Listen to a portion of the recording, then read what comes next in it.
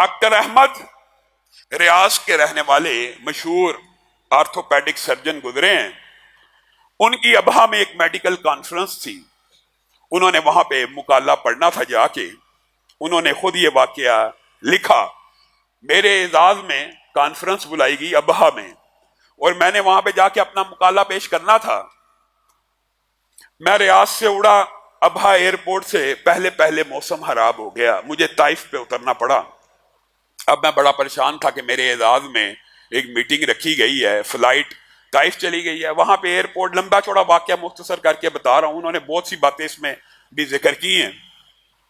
انہوں نے کہا, میں نے وہاں پہ طائف ایئرپورٹ پہ کہا کوئی ایسا بندوبست کریں کہ ابہا چلا جائے جہاز. انہوں نے کہا یہ ممکن نہیں, 16 گھنٹے سے پہلے جائے. 4-5 گھنٹے بعد ان کا سفر تھا, وہاں پہ مقالہ پڑھنا تھا.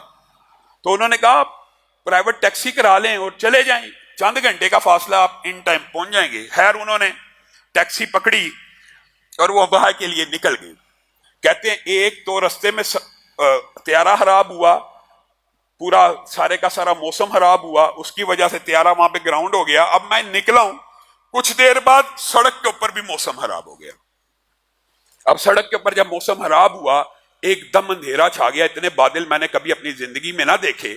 بالآخر گاڑی کو ایک قصبے کے سائیڈ پہ لگا دیا کہ یہ موسم ختم ہوتا ہے تو میں گاڑی چلا پاؤں گا, ورنہ تو ایکسیڈنٹ ہو جائے گا.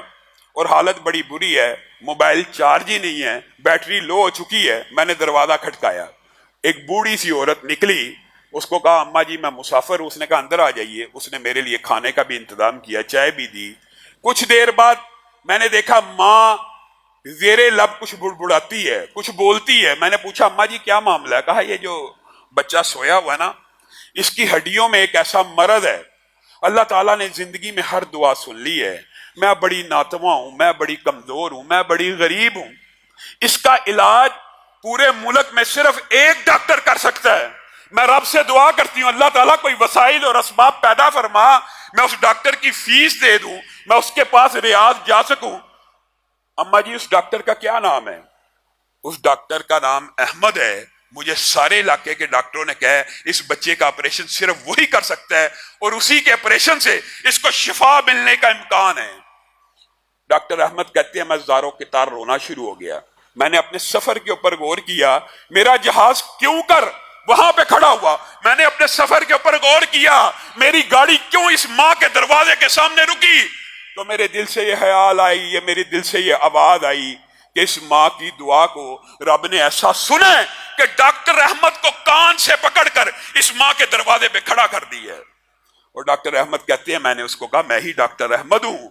تو وہ عورت خوشی سے اللہ کے روبرو سجدے میں گر گئی اور کہنے لگی, اور یہ الفاظ تو انبیاء کے ہیں, وَلَمْ أَكُمْ بِدُعَائِكَ رَبِّي شَقِيًّا, اے اللہ کبھی ہم آپ سے دعا کرنے کے بعد, آپ سے مانگنے کے بعد محروم نہ رہے.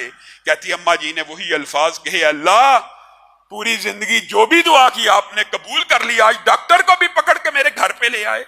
پھر ڈاکٹر نے اس بچے کا آپریشن کیا, اللہ تعالیٰ نے اس کو شفا دی. آپ دعا کو معمولی سمجھتے, انبیاء کی بات نہیں ہے, اولیاء کی بات نہیں ہے. اور دعا تو اللہ تعالیٰ کئی مرتبہ گناہ گاروں کے حق میں ایسی پوری کرتا ہے, آپ حیران رہ جائیں گے. میں امتیوں کی واقعات اس لیے سنا رہا ہوں کہ آپ نے انبیاء کے, اولیاء اور صلحاء کے واقعات تو سنے ہوئے ہیں, اور لیکن یہ باتیں لوگوں سے محو ہو جاتی ہیں. گناہ گار. اور میرے بھائیوں جب بھی دعا کیا کرو, اللہ کی قسم ایک کلیہ بھی بتا رہا ہوں, موضوع لمبا ہے, انشاءاللہ رات کے دروس میں اگر موقع ملا تو یہ تفصیل سے رکھیں گے. اگر تم چاہتے ہو تمہاری دعائیں قبول ہونا, تم اپنے بھائیوں کے لیے دعا کیا کرو, تم اپنے رشتہ داروں کے لیے دعا کیا کرو, اپنا دل بڑا کرو. اپنا دل ہی بڑا کرنے کی بات ہے. اللہ میرے فلاں بھائی کا مسئلہ حل کر دے, اللہ میرے فلاں دوست کا مسئلہ حل کر دے, اللہ میرے فلاں رشتہ دار کا مسئلہ حل کر دے. یہ دل بڑا کرو گے, آسمان سے ایک فرشتہ نازل ہوگا, وَلَكَ بِمِثْلِ ذَلِكَ, تیرے لیے بھی ایسے ہی ہے. جو دعا کرتے رہو گے آپ کے حق میں قبول ہوتی رہے گی, اور دعا گناہ گار کے حق میں بھی قبول ہوتی ہے اور گناہ گاروں کی بھی قبول ہوتی ہے. یہ واقعہ بیان کر کے اپنی بات کو ختم کروں گا. اسی طرح سعودیہ کا ایک شہری ہے, اس نے یہ واقعہ خود لکھا بھی اور انٹرویوز بھی دیے ٹی وی پہ آ کے, کہ مجھے ایک رات خواب آئی کہ اس نمبر پہ کال کرو اور اس بندے کو عمرہ کرواؤ. صحیح واقعہ. اس نمبر پہ کال کرو اور اس بندے کو عمرہ کراؤ. کہا ایک دن ہاں بھائی میں نے اگنور کیا کہ چلتی پھرتی ہاں بھائی, دوسرے دن پھر ہاں بھائی, تیسرے دن پھر ہاں بھائی. کہا میں حیران تھا, مجھے آج تک ایسی ہاں نہیں آئی, نمبر بھی بتایا جاتا ہے.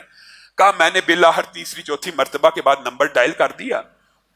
نمبر ڈائل کیا, آگے سے ایک عربی بدو نے اٹھایا. میں نے اس کو کہا مجھے خواب آتی ہے کہ میں تجھے عمرہ کراؤں. اس نے کہا میں جب سے پیدا ہوں میں نے خانہ کعبہ نہیں دیکھا, چل فون رکھ. فون رکھ دیا. کہا میں علماء کے پاس, تعبیر والے معبرین کے پاس گیا, ان سے پوچھا یہ کیا معاملہ ہے. انہوں نے کہا یہ اللہ کا حکم ہے.